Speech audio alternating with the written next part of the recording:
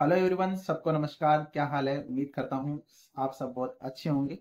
सबकी बहुत डिमांड थी कि आरपीएफ एसआई का मेडिकल कैसे होता है, उसमें कम समय में कैसे सक्सेस पा सकते हैं। तो एक शख्सियत हमारे साथ मौजूद है, मिस्टर नवीन कुमार रेगर। ये आरपीएफ एसआई में हाल ही में हुए पीटीएम और फिजिकल जो इंटरव्यू हुआ है, उसके बाद फिजिकल जो टेस्ट हुआ है और उसके बाद में मेडिकल का जो टेस्ट हुआ है, वो पूरा प्रोसेस हम इनसे जानेंगे। और कैसे हम कम समय में अच्छी तैयारी कर सकते हैं, उन सब के बारे में भी ये इंटरव्यू होने वाला है। तो एक लाइन जो किसी ने बहुत अच्छी कही है कि हो गई है पीर पर्वत सी पिघलनी चाहिए, इस हिमालय से कोई गंगा निकलनी चाहिए, मेरे सीने में ना सही तो तेरे सीने में सही, हो कहीं भी आग लेकिन आग जलनी चाहिए। अगर कामयाबी की आग आपके दिल में है, आपके जज्बातों में है, आपके डीएनए में है, आपके खून में है, तो आप निश्चित रूप से सफलता पा सकते हैं। तो सबसे पहले मैं परिचय कराना चाहूंगा मिस्टर नवीन कुमार रेगर। इन्होंने आरपीएफ एसआई का फिजिकल भी पास किया है और हाल ही में मेडिकल भी संपन्न हुआ है। तो सबसे पहले जानते हैं इनका परिचय। सर, परिचय दीजिए अपना। मेरा नाम नवीन कुमार रहेगर है। और मैं अभी फिलहाल जो आर के एसआई की जो भर्ती आई हुई है उसमें फाइनल सिलेक्टेड हूँ। तो जैसा कि सर बता रहे हैं कि सफलता धीरे धीरे मिलती है, तो ऐसे तो कितने नंबर आए सर आप? मेरे जैसे वो स्कोर थे 92.67। और जैसे ये जो मेरा रो स्कोर है वो जैसे मेरे नॉर्मलाइजेशन हुआ, मेरे ज़्यादा नॉर्मलाइजेशन नहीं हुआ, 0.07 का हुआ। ऐसे कुल मिला के मेरे 92.77।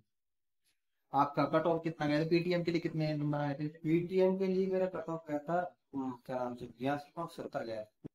और जो फाइनली जो मेरिट आई है उसमें वो हमारे गया है 86.9।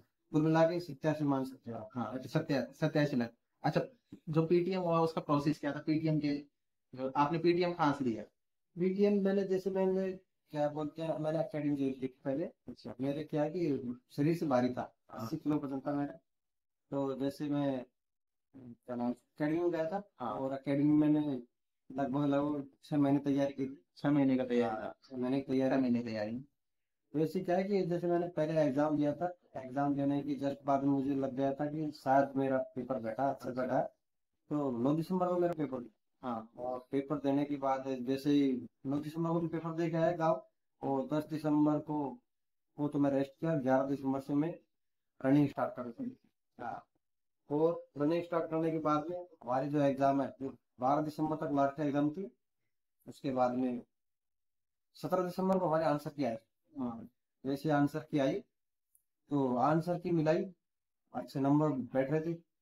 तो सभी लोग वहाँ डालते हैं वो टेस्ट रैंक तरह के आया थे। हाँ, जो रैंक भी मित्रा। जो भी है रैंक मिल रहा है उस पर हमने अपने जो चेक किया हुआ? चेक किया तो वहाँ पे क्या है कि मेरी एससी कैटेगरी में 15 रैंक आ रहे थे। अच्छा, ये बहुत अच्छी तब रैंक होती है।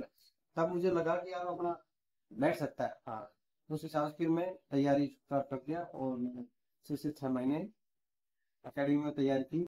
और आज परिणाम अच्छा, सामने। नहीं, वो जो आपने टाइम पीरियड था वो फिजिकल का जो आपने एकेडमी ज्वाइन किया, हाँ, तो उसमें क्या क्या चैलेंजेस, मतलब क्या क्या कठिनाई आई? और कोई कठिनाई तो देखो जब कोई मेरा। शुरुआत में कोई एस्पिरेंट अगर मान लो इसमें सोचना चाहिए पीटीएम के लिए, तो वो क्या क्या परेशानी हो सकती है उसको? जैसे आपने टाइमिंग क्या हो सकता है, जो टाइमिंग है वो अकेडमी वाले ने जैसे फिक्स कर रखा है, तो वो टाइमिंग हो सकता है आपसे शुरू में ना बैठा हो, तो ये टाइम का टाइम का तो खुद पे धैर्य रखना होगा भाई।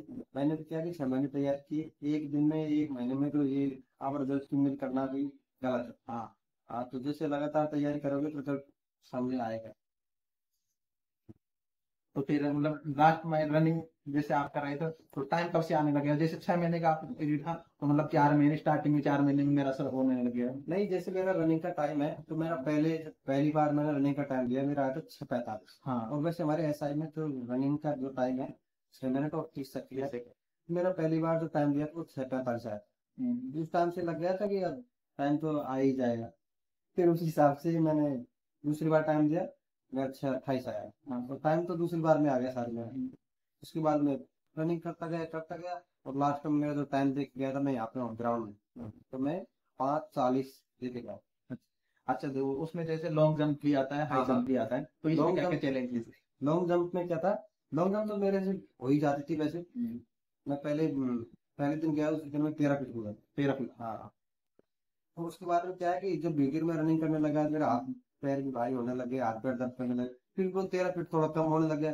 फिर जैसे जैसे मैं रूटीन में आया, फिर वापस 13 साढ़े 13 फीट होने लग गया। मुझे परेशानी आती थी हाई जंप। अच्छा। हाँ। हाई जंप क्या, शरीर मेरा भारी था तो इस वजह से हाई जंप नहीं हो पा रहा था। तो फिर धीरे धीरे बहुत कहते हैं, बार बार प्रयास करोगे तो एक बार जरूर होगा। फिर उस हिसाब से मैं, मतलब जो हमारे ट्रेनर है फतेह सिंह फैसला, वो ये बोलते हैं कि बार बार कोशिश करते जा, एक दिन जरूर सफलता मिलेगी। तो मैं सुबह तो रनिंग, मोटिवेशन मिला। वहां से मोटिवेशन मिला, और मैं सुबह तो रनिंग करता और शाम को जाता। शाम को दो एक राउंड लिया और फिर अपना हाई जंप लॉन्ग जंप करता। तो इस हिसाब से धीरे धीरे बैठ गया, और लास्ट के मतलब 2 महीने, लास्ट के 2 महीने तो मैं आराम से, मुझे कन्फर्म था कि अपन फिजिकल मार की परेशानी नहीं। तो अभी जो आपने जैसे आपने सबने देखा अभी हाल ही में आरपीएफ का जो सबकी लिस्ट आई है, तो सबके जिन 1:1 कैंडिडेट मिली है और सबको टीवी और मेडिकल के लिए बुलाया है। तो सबसे पहले पूरा मेडिकल का प्रोसेस समझते हैं कि मेडिकल के अंदर क्या क्या प्रोसेस होता है, ताकि आप सब जब भी तैयारी रखें तो आपके अंदर कितनी काबिलियत है, वो सारी काबिलियत आपको पता लग जाएगी। मैं उस जिस चीज के लिए मैं पर्टिकुलर तैयारी कर रहा हूँ, मैं उसके लिए फिट हूँ या नहीं। तो वो सबसे पहले समझते हैं। जब आपने वहां से चर्च गेट, जब आपने मतलब गए वहां पे टीवी मेडिकल के लिए, तो क्या क्या प्रोसेस शुरू हुआ, स्टार्टिंग से बताइए। देखिए, मतलब जैसे हमारा जो क्या नाम से फिजिकल देने के बाद में जो फाइनल मेरिट आई थी हमारी, फाइनल मेरिट के बाद में हमसे जोन चूज करवाया। पहले तो क्या है कि ऑल इंडिया एक फॉर्म भरवाया था उन्होंने, किसी तरह कोई जोन चूज नहीं करवाया। लेकिन बाद में उन्होंने जोन चूज करवाया। जोन चूज में मैंने, जैसे पहले तो जो हम जो होता उसमें देते, मेरे को तीसरे नंबर पे जो चूज किया, तीसरी चॉइस मिली आपको तीसरी जो? चॉइस मिली, WR मिला मुझे अहमदाबाद। इसका जो मुख्यालय सर्टिफिकेट करने का। तो वहाँ पे हमारा जो मेडिकल, तो मेडिकल के टाइम पे क्या बताऊँ आपको, वहाँ पे गए थे हम। तो पहले दिन हमारा डीबी हुआ था। हाँ। तो डीबी से पहले हमको जो फॉर्म दिया था, तो फॉर्म फिल करवाया। और फॉर्म फिल करवाने के बाद में, अब जैसे हम क्या नाम से WR बोर्ड में 36 बंदे थे, उनमें 5 लड़के और 31 लड़के। तो जैसे डीबी हमारा हुआ था 2 दिन, 2 दिन, 2 दिन तक डीबी हुआ। और उसके बाद में तीसरे दिन से लगभग मेडिकल स्टार्ट हो गया। जैसे 2 या 3 दिन मेडिकल चले, फिर सैटरडे संडे आ गया, ये आ गई। उसके बाद में हमारा नंबर आया। तो जैसे हमारा नंबर आया, तो हमको जब क्या नाम से मेडिकल मेडिकल के लिए अंदर लिया। पहले तो हमको जो मेडिकल की जो स्लिप भरवाई उन्होंने, स्लिप भरवाने के बाद में जो हमारा चेस्ट का एक्सरा है, और जो लेजर वाली आंख की जो जांच, ये जांच हमारी जो बाहर हुई है, यार क्या नाम है, जगजीवन राम हॉस्पिटल है मुंबई सेंट्रल के पास में ही हाँ। वहां पर हॉस्पिटल है, जगजीवन राम हॉस्पिटल। ये रेलवे का अपना खुद का हॉस्पिटल है। तो वहां पर इनका जो है सबसे पहले तो चेस्ट का एक्सरे हुआ। उसके बाद में आंखों में कोई सर्जरी करा रखी या नहीं करा रखी, उस चीज के लिए डॉक्टर लिख के देता है कि इन्होंने सर्जरी करा रखी या नहीं। दो जांचें यहाँ मतलब जो है रेलवे मुख्यालय से दूर हुई, एक तो चेस्ट का और एक आंख। फिर उसके बाद में हम वहां से आए। वहां से आने के बाद में देखिए, रेलवे का सिस्टम ये है कि आदमी की आंखें सही होनी चाहिए। हाँ, आंखें में क्या है कि रेलवे का पूरा सिस्टम, जो क्या नाम से, उनकी जो पूरी सिग्नल वगैरह सिग्नल वगैरह इनसे इसे इनसे चलता है। अब इनमें क्या है कि जो कलर विजन वाले बंदे हैं, उनको ये जो मिलती नहीं। रेलवे की कोई भी जब देख लो आप, तो आदमी को पीली चीज हरी दिखेगी तो हरी चीज लाल दिखेगी, तो आप भी समझ पा रहे हैं। हाँ। तो इस वजह से पहले कलर विजन देखते हैं हम लोग। कलर विजन टेस्ट हुआ। कलर विजन टेस्ट हुआ। उसमें पहले तो क्या है कि हमें लाइन ड्रॉ करवाने के लिए बोल रहे थे वो। मतलब कोई एक पर्टिकुलर एक सेगमेंट दे रहा उसमें लाइन ड्रॉ करने हाँ, की। जो 11 टेस्ट की जो 38 प्लेट आती है, हाँ। उनमें से लास्ट की प्लेटों में क्या है कि लाइन ड्रॉ करवाने के लिए आती है। हाँ। तो उन्होंने पहले लाइन ड्रॉ करवाई। जिन लड़कों को, जैसे किसी लड़के को लाइन ड्रॉ करने में परेशानी आई हुई, तो लाइन ड्रॉ के जस्ट आगे फिर हम इसमें क्या है कि अंक भी लिखे होते हैं, तो अंक भी पढ़वाए थे। फिर अंक पढ़वाने के बाद में जो 11 टेस्ट हमारा खत्म हो गया। तो उसके बाद में हम नियर विजन चेक किया था कि पास से पढ़ने की क्षमता कितनी है बच्चे की। पास से, जैसे लेफ्ट वाले जो आंख से पढ़वाया तो राइट वाले बंद करवा दिया, राइट वाले से पढ़वाया लेफ्ट वाले आंख बंद करवाया। इस प्रकार से नियर विजन चेक कर लिया। नियर विजन चेक करने के बाद में हमको ले गए, जो डिस्टेंस के हिसाब से आप कितनी दूरी तक देख सकते हो। जैसे हमारे जो गिवन मेडिकल है, गिवन जो स्टैंडर्ड है मेडिकल का, उसमें क्या है कि राइट वाली आंख जो मास्टर आंख है, वो तो 6/9 चाहिए, और जो लेफ्ट वाली आंख है 6/12 चाहिए। उस हिसाब से हमको अंदर ले गए। और जो ये जांच होती है, एकदम बिल्कुल ब्लैक कमरे में होती है।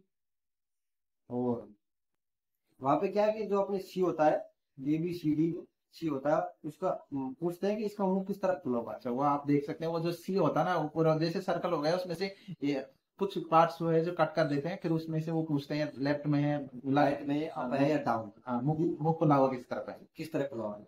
तो मतलब जैसे वो है ना, ये रैंक वाई होती है, जैसे 6Y 90, 6Y 64, 6Y 36, 6Y 24, 6Y 12, 6Y 9, 6Y, तो जिस स्टैंडर्ड से मेडिकल होगा उसी स्टैंडर्ड से वो पढ़वा लेंगे आपको। ये पढ़वाने के बाद में आपको वहाँ पे क्या है कि वो दिखवाएंगे, तो मतलब रंग पूछेंगे कि ये कौन सा बत्ती जल रही है, ये कौन लाइट वाला, हाँ, लाइट वाले लाइट, दिखवाएंगे। तो कभी तो क्या है कि वो बत्ती को बड़ी कर देंगे, हाँ, कभी छोटी कर देंगे, और ऐसे बार बार पूछेंगे। पहले तो आराम से पूछेंगे कि लाल जल रही है, पीली जल रही है, हरी जल रही है, तीन ही बत्तियां थी, तीन ही बत्तियां थी। हाँ, और तीनों को फिर सीक्वेंस वाइज पूछ रहे हैं, फिर बाद में सफल करके पूछ हाँ रहे हैं। सफल करके पूछ रहे हैं, हाँ बार बार में जल्दी जल्दी से पूछ रहे हैं। ये पूछने के बाद में उनको बंद कर दिया, और फिर तीन बत्ती दी उन्होंने। हम्म, तीन बत्तियों को मतलब जैसे लाल है, हरी और पीली है, इन तीनों बत्तियों की कई सारी बत्ती जला दी, और पूछे कि भाई हरी वाली कितनी बत्ती जल रही, पीली वाली कितनी जल रही, और रेड वाली कितनी जल रही। इस प्रकार से आंखों का जांच भली प्रकार से होता है। आंखों का जांच होने के बाद में हमको अंदर ले गए। अंदर ले जाने के बाद में हमारे हाथ भी देखे कि भाई किसी तरह इसको टूटा हुआ, कोई टूटा हुआ नहीं। हाथ देखने के बाद में पैरों को देखे, पैरों में कोई ब्लैक तो नहीं। और जब प्लेट कोट क्या होता है, जो ये वाला अपना जो पंजा होता है ना पैर का, तो ये वाला अगर सिलिकॉन बना हुआ तो हाँ, ये तो हो गया, ये तो फ्लैट प्लेट हो गया। थोड़ा सा जिनका जिनके ये थोड़ा सा कर्व शेप होता है, हाँ तो ये वाला ज्यादा चलता है। हाँ ये बात है। तो ये देखे, ये देखने के बाद में प्राइवेट पार्ट्स देखे। वैसे कोई छूके नहीं देखा, मतलब ऐसे देखते हैं नॉर्मली कि कोई परेशानी तो नहीं है, कोई अंदरूनी कोई बीमारी तो नहीं है। हार्निया या फिर वो जो हाइड्रोसिल है वो देखते हैं, और कोई कुछ खास नहीं देख पाते। वो, तो मेडिकल का स्टैंडर्ड बहुत अच्छा हुआ। अच्छा, तो सबसे पहले आप सब भैया को बहुत बहुत बधाई देंगे कि इन्होंने अपना एग्जाम भी क्लियर किया है। तो लेकिन उससे पहले हम थोड़ा सा और जानेंगे इनके स्टडी, जो स्टडी उन्होंने प्लान बनाया है वो उसके बारे में सबसे मेन जाएंगे। सर, 93 मार्क्स लाना बड़ा अच्छी है, अच्छी पोजीशन से 120 में से 93 लाना भी कोई अपनी आप में अच्छी बात है। तो ये 93 लाने का प्रोसेस कैसे से हुआ, क्योंकि इसमें मैथ्स भी आती है, रीजनिंग भी आता है। तो मैथ्स में तो आपने कितना स्कोर किया, रीजनिंग में कितना किया, और जीके और जीएस में कितना स्कोर किया, आपने कैसे पढ़ाई स्टार्ट की और कैसे। देखिए पढ़ाई के बारे में आपको बता रहा हूँ, 2018 से मैं कंपटीशन में आया। अच्छा, सब लॉन्ग टाइम हो गया। हाँ लोग बहुत लॉन्ग टाइम हो गया। 2018 से कंपटीशन में आया, और 18 19, और इसके बाद में आपको सभी को पता है कि देश में क्या चला, कोरोना चल रहा। कोविड का टाइम। हाँ तो ये कोविड के टाइम पे देखो, हर किसी की स्थिति दयनीय हो गई कि उस टाइम पे कई लड़कों ने तो पढ़ाई छोड़ी, नहीं भी छोड़ी है पढ़ाई, पढ़ाई छोड़ दी। और उसके बाद में 2022 से फिर से पढ़ने लगे। अच्छा, इस बीच में क्या किया तुमने। इस बीच में मैंने जॉब की है, जॉब में भी हाँ देखो, अब लाइफ में अप डाउन फेज आते हैं, भैया के भी अप डाउन फेज आए जाए, भैया ने क्या क्या स्ट्रगल किया उस बीच में वो बताएंगे। मैं क्या कि मैंने जयपुर में जाके कंपनी में भी काम किया है, मैंने ऑल ओवर में बाइक भी चलाई है। लेकिन मुझे ये पता लग गया, सेटिस्फेक्शन नहीं मिला वहाँ। सेटिस्फेक्शन नहीं मिला कि यार इन चीज के लिए बना मैं। अपन पढ़ लिख के फिर भी यही काम करे, फिर मतलब। हाँ, हाँ। फिर 2022 में मैंने पढ़ाई स्टार्ट की, और उस टाइम पे क्या है कि शायद दिसंबर के लगभग 2022 में ही है ना, दिल्ली पुलिस की वैकेंसी है। उस टाइम पे मुझे एक लड़का मिला था धनजी गुजर नाम से। उन्होंने बताया कि भाई साहब कि आप है ना ये रोजगार वालों से, रोजगार भी तंकित है रोजगार। ग्रेटर नोएडा में, तो क्या आप इनसे एक बार पढ़ के देखो, आपको बहुत लाभ मिले। तो मैं उनसे पढ़ा, तो मैं दिल्ली पुलिस में अच्छा स्कोर था मेरा, 76 नंबर थे। वो हमारी जो गई 59 गई थी, उसमें भी मेरे 17 नंबर ज्यादा थे। लेकिन क्या कि उन्होंने फिजिकल थोड़ा जल्दी ले लिया था, तो फिजिकल में गए थे। उसके बाद में मैंने SSGD में क्वालिफाई किया है, 146 मेरे नंबर थे। लेकिन मुझे SSGD में जाना ही नहीं था। फिर उसके बाद में अपने जो SI का फॉर्म लगे, SI के फॉर्म लगे, तो तब मैंने सोच लिया कि अब कुछ बड़ा करना है। तो मैंने जम के पढ़ाई की है, और जब से मैं रोजगार वालों के शरण में गया हूँ तब से मेरे साथ अच्छा हो रहा है। और मतलब जहाँ तक जितनी भी मैंने एग्जाम दी, SSGD में हुआ, उसके बाद में RPF SI में हुआ है, और क्या नाम से अभी एनटीपीसी कांस्टेबल में हुआ है, आरपी कांस्टेबल में हुआ है, एनटीपीसी सीबीटी फर्स्ट भी निकला है। जहाँ तक मेरी जो इससे पहले ग्रुप डी वगैरह का भी उन्होंने लास्ट तक पीटीएम वगैरह सब करके, लेकिन ये फाइनल तक मतलब जो अचीवमेंट था ना वहां तक नहीं पहुंच पा रहे थे ये, और वो ग्रुप मतलब जो फाइनल मेरिट आती है उससे पहले ही बाहर हो जा रहे थे। तो ये लाइफ में ये फेलियर था, लेकिन इन फेलियर के बाद में एक अच्छी पोस्ट इनके लिए लिखी हुई थी, तो वो और तक ये पहुंचे।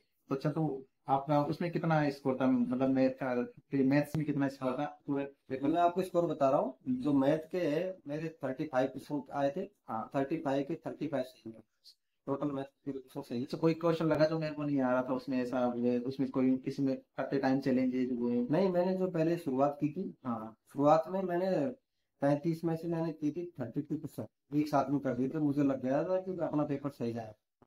वो लग ही जाता है बंदा का जो भी पेपर देता है। हाँ, उसके बाद में मेरे टाइम टेकिंग टेकिंग सर। तो देखो जितनी ज्यादा आदमी मेहनत करेगा ना, तो आदमी को मतलब शॉर्टकट भी पता लग जाएगा कि उससे को बैठ नहीं रहा तो उड़ाना कैसे। तो वो शॉर्टकट मुझे पता लग गया था कि एलिगेशन से करना है, कि इसको क्या नाम से इकाई के अंक से उड़ाना है, यूनिटी से करना है या ऐसे करना है, डिविजिबिलिटी रूल्स लगा के हाँ। करना है। तो ऐसे करके मेरे 35 पे 35% सही है। हाँ, और जीके में है, मैंने 36 क्वेश्चन किए थे, उनमें से 6 क्वेश्चन गलत है मेरे, 30 क्वेश्चन सही है। और रीजनिंग में मैंने 34 क्वेश्चन किए थे, उनमें से 3 क्वेश्चन गलत है मेरे। और इस हिसाब से कुल मिला के मेरे 92.67 है। अच्छा, जो आपने जो इतने बताए, आपने कहा कि मुझे रोजगार वित्त अंकित का मतलब बहुत ज्यादा सपोर्टेड रहा है, उनका स्टडी मटेरियल बहुत काफी हेल्पफुल रहा है, जिस बदौलत पे आप ये 93 मार्क्स अचीवमेंट कर पाए।